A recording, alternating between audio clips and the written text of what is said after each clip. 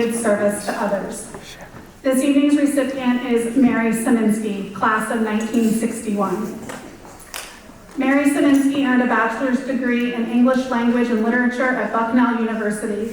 In addition, she earned 2 master's degrees, one in American literature from Boston University and another in library and information science from Simmons University. Her commitment to championing women's rights has defined her life, which is prominently showcased in her role as the project manager for the Lycoming County Women's History Project. Recognizing the historical oversight of local women's stories, she collaborated with the Lycoming College Snowden Library, the James B. Brown Library, and the Lycoming County Historical Society in 2006 to create an online archive celebrating these often overlooked figures. Her dedication birthed the monthly newspaper column, Williamsport Women, now Lycoming County Women, which chronicles the impactful lives of individual women and women's groups that have shaped the Williamsport community.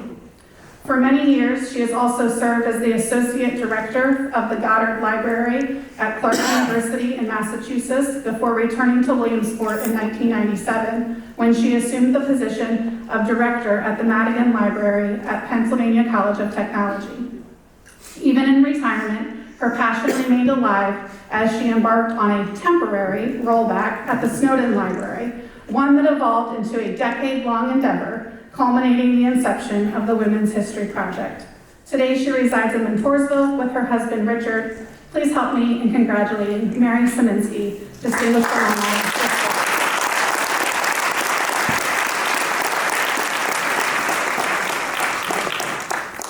You okay? Yep. Good, good. Thank you.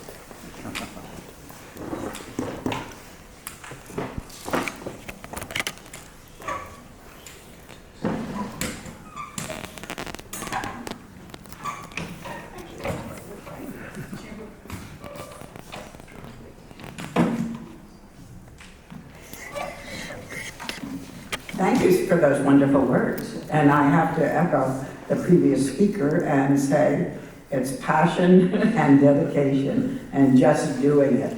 I also have to say Sieminski is from the coal regions, and Adam and Charlie Sieminski were coaches at Berwick.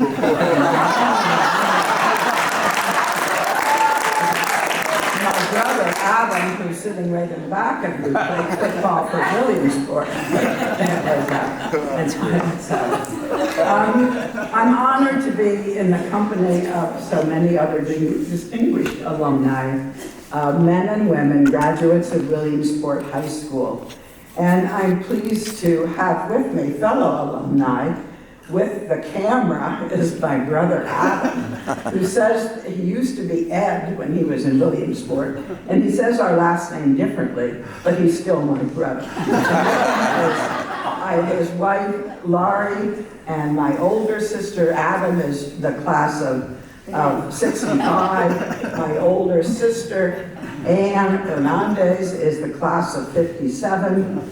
And my cousin, Anne McMahon-Landon, is the class of 72. 72. I guessed it was 71. So it's wonderful to be here. And I think, as we said, it's a passion that calls. It's a passion that makes you do the work that you do. And I guess you stop considering it work when it's a passion. My passion was to clear the way for women to do the best that they could. And the second was for telling women's stories, stories that have been overshadowed by the stories of men, their husbands, and other, generally white men in our community. When I worked the passion for paving the way for women, when I worked at Clark University in Worcester, we had one of the first in the nation sexual harassment policies. So that was the kind of work that I was doing in Worcester. And it was very rewarding, mostly, not always, because we know that those same issues that women faced in those 60s, 70s, they face today. But when I thought about this award today, And both of these passions that have inspired me, I thought back to my time at Williamsport High School.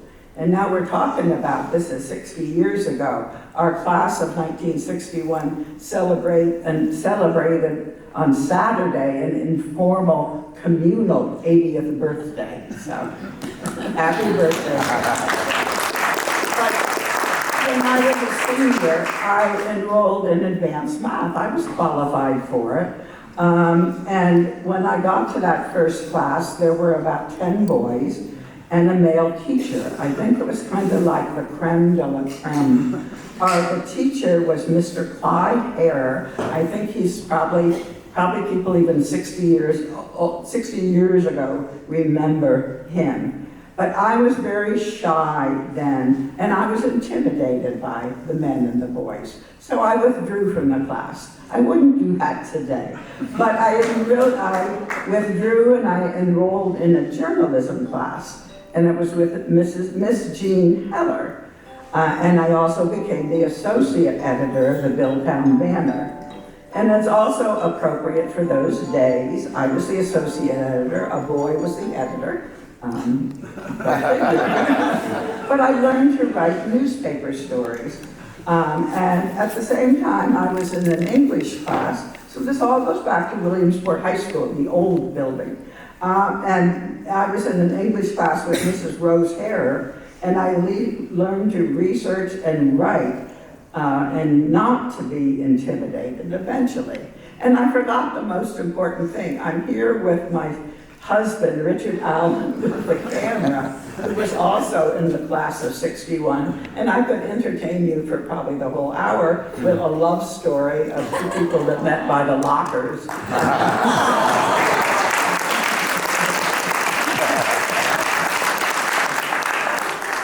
I say there was a class of 600, he dated all 300 girls.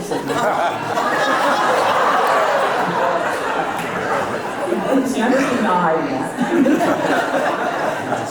But then, 50 years later, I know I have time limit, I had retired as the director of the library at Penn College, and I was back in Williamsport after 25, 30 years away in New England. And as my profile said, I was substituting for a Lycoming College librarian who was on leave. And I was working on the Snowden Library under the director, Janet Hurlbert, with whom I cooperated in this project. She challenged me. She challenged me to find grant money for the college archives in a small college like Lycoming College. And we did find grant money. We applied for and received 2 federal grants for the college archives. And what we did was collect a digital collection of over 1,000 pages of primary source material related to the women in Lycoming County. And again, as the profile said, this was in cooperation with the James V. Brown Library and the Tabor Museum. And the primary source material, letters, photos, diaries, are all online. And if you Google Lycoming County Women's History Project, you'll find them. But the material related to women, black and white, rich and poor, young and old. And so it could be the basis of, as Dr. Piper has said, who's sitting here, a new history of Lycoming County, including some of the people that were excluded in maybe not only by, that's what the date is, so.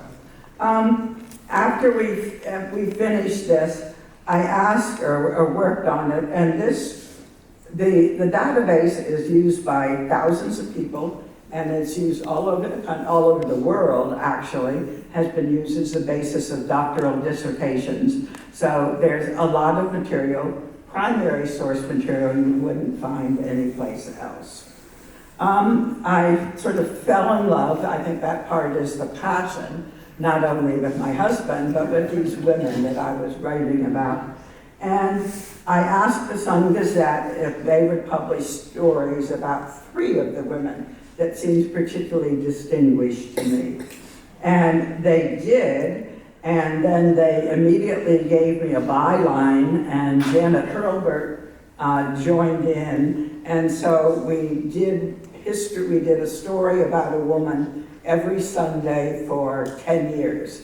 So 10 times 12, we now have 120 stories about Williamsport women. The first one, the Sun Gazette compiled these stories. There are 3 volumes, or will be 3 volumes. The first volume was that, the picture I think on the cover says it all. It's about working women in Williamsport. So we talk about the lumber era, we talk about the men. This is women at a silk mill weaving. Very proud of that and the stories that were in it.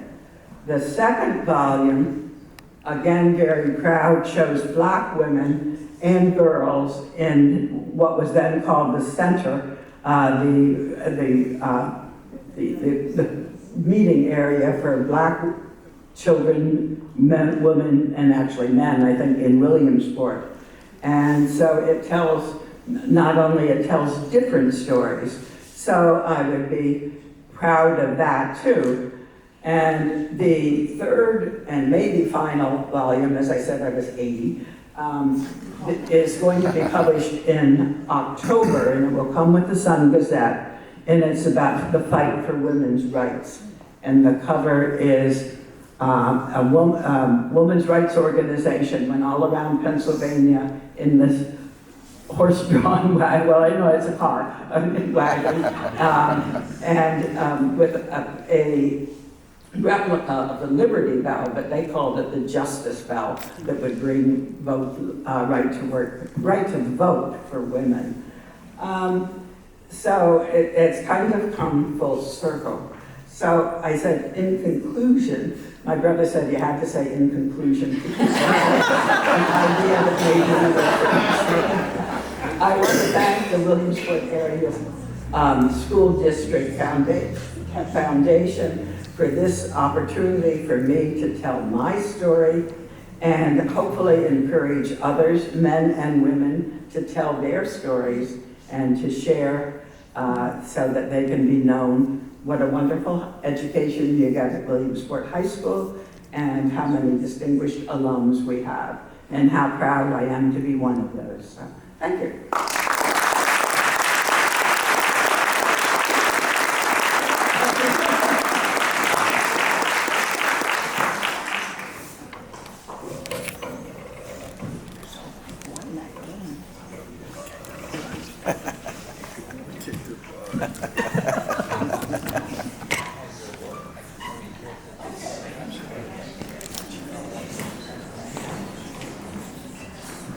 Our next award is the Distinguished Young Alumnus Award, presented to an alumni who graduated within the last 15 years in recognition of outstanding service and accomplishment. This year, the Distinguished Young Alumnus Award is presented to Jara Reeves, class